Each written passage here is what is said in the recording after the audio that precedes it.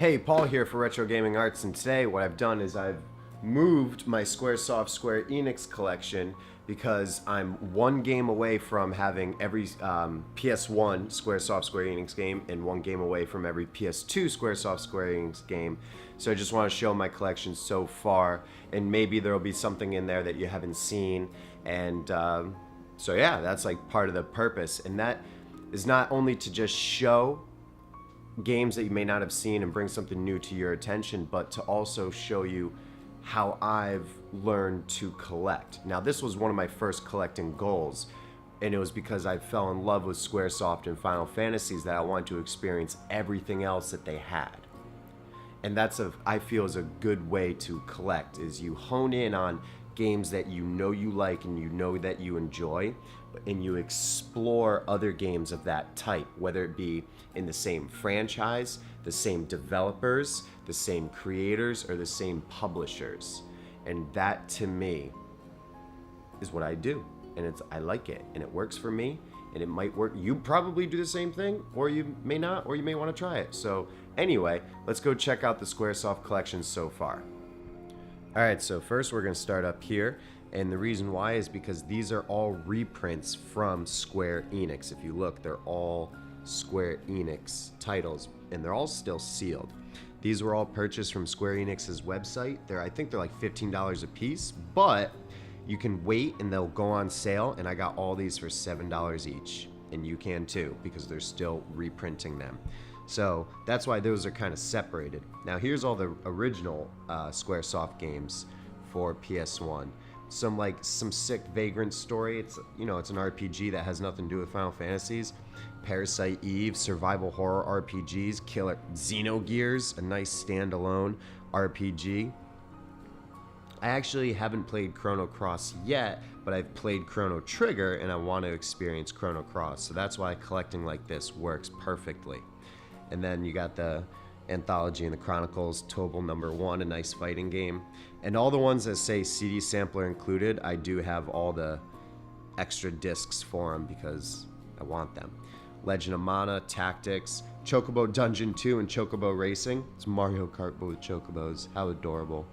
And I really like with Saga Frontier 1 and 2, how it's the same as Bushido Blade, where white style case and then pink hue. I don't know, it's cool. I don't think they did that on purpose. Threads of Fate, a nice little action RPG where you could play as both characters to experience the story. It's really cool, it's unique. And if you like tactics games and strategy games, Front Mission 3 is very complex and awesome. And then you got also the remakes of these on PS1. Air Guys is a fighting game featuring Final Fantasy VII characters. I swear that game's got to run at 60 frames per second because it's so fluid and so smooth. And the only game I'm missing for PS1 is Einhander. So on to PS2. Now these first 4 games were the only ones that say Squaresoft, and one of them's a racing game. Who knew? The rest of them all say Square Enix because this is around when Squaresoft turned into Square Enix. So you got Dawn of Mana, which is cool because, there's multiple secrets. There's multiple sequels to Secret of Mana. Legend of Mana, Dawn of Mana.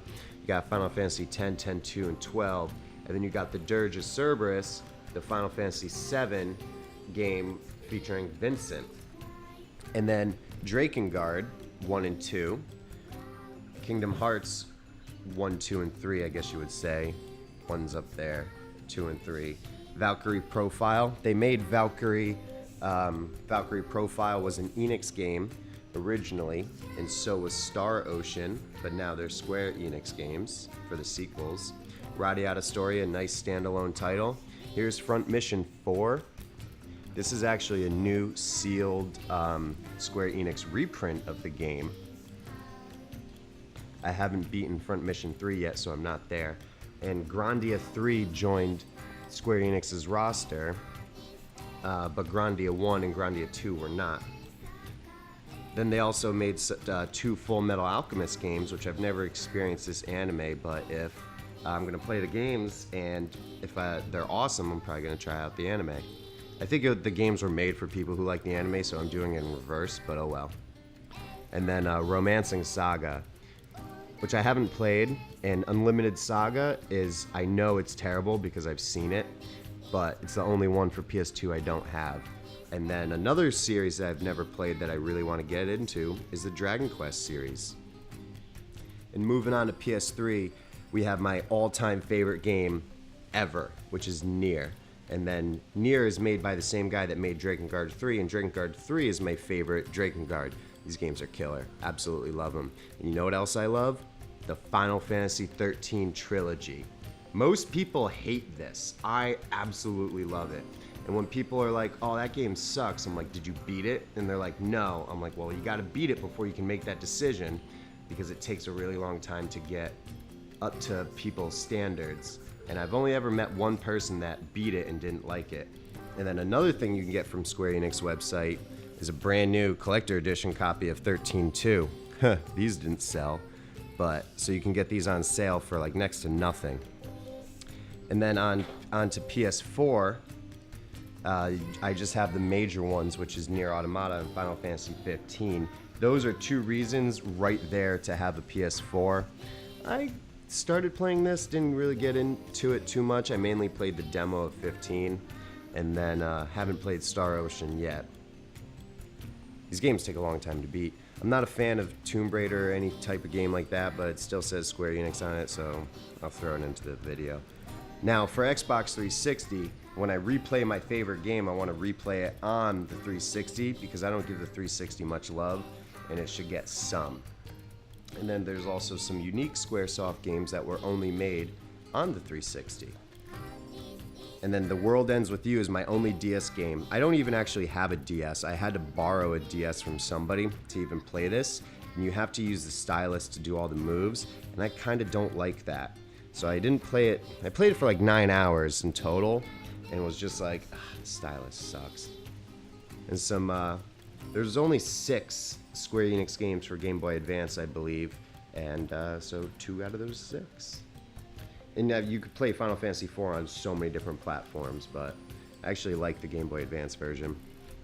Now, Parasite Eve is one of my favorite series of all time as well. It's so good, and I really, really enjoyed this, even though it was a spin-off sequel thing. I don't know. It was still fun. It was still very enjoyable. And you got the Kingdom Hearts and the Dissidia with the 2 different covers, and then Crisis Core, which I play all of these PSP games. I play them on my PS3 on a big TV, you know, instead of on the actual PSP, but I still have to have the games so I can, yeah. And then onto the older stuff, we got Final Fantasy, the original, Secret of Mana, Final Fantasy VI, Illusion of Gaia, and Secret of Evermore. So, yeah, so that's my Squaresoft collection so far. And it's mainly the PS1 and PS2 games that I'm going for all of them. But you gotta collect all Square Enix because they make good stuff everywhere. So that's my Squaresoft collection so far. I hope that you saw a game that you'd never seen before or didn't know existed, like that driving game for PS2. Like, what? Like, what is that?